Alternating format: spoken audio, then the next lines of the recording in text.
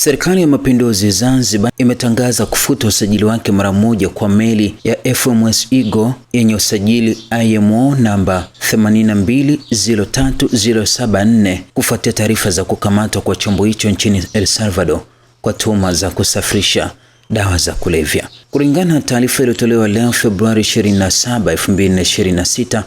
na mamlaka ya usafiri baharini Zanzibar, meli hiyo inadaiwa kuwa ilikuwa inapeperusha bendera ya Jamhuri ya Muungano wa Tanzania kupitia usajili wa meli za kimataifa. Taarifa za kukamatwa kwake ziliibuka Februari 17, 2026 kupitia mamlaka za Jamhuri ya El Salvador na vyombo vya habari vya kimataifa. Mamlaka ya usafiri wa baharini Zanzibar ZMA ikitekeleza wajibu wake kama dola ya bendera flag state imechukua hatua zifuatazo tangu Februari 18, 2026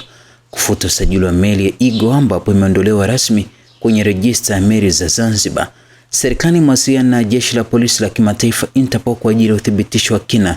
na ushirikiano wa kiuchunguzi na kuanzisha uchunguzi wa kisheria dhidi ya wahusika kwa mujibu wa sheria ya usimamizi wa usafiri wa baharini Zanzibar. Pamoja na hayo, Serikali ya Mapinduzi ya Zanzibar ina sera ya kutovumilia kabisa matumizi mabaya ya bendera yake kwa shughuli zozote za uhalifu wa kimataifa ikiwemo usafirishaji wa dawa za kulevya, biashara haramu ya binadamu, uvunjifu wa vikwazo vya kimataifa na uhalifu wa kifedha au kimazingira baharini. Aidha, taarifa imeeleza kuwa iwapo tuhuma hizo zitathibitishwa, uwajibikaji utakuwa wa watu binafsi au wamiliki wa chombo husika na si wa mamlaka ya bendera kwa mujibu wa misingi ya sheria za kimataifa. Hata hivyo, serikali imeeleza utayari wake wa kushirikiana na Jamhuri ya El Salvador kupitia njia rasmi za kidiplomasia ili kupata ukweli wote wa tukio hilo.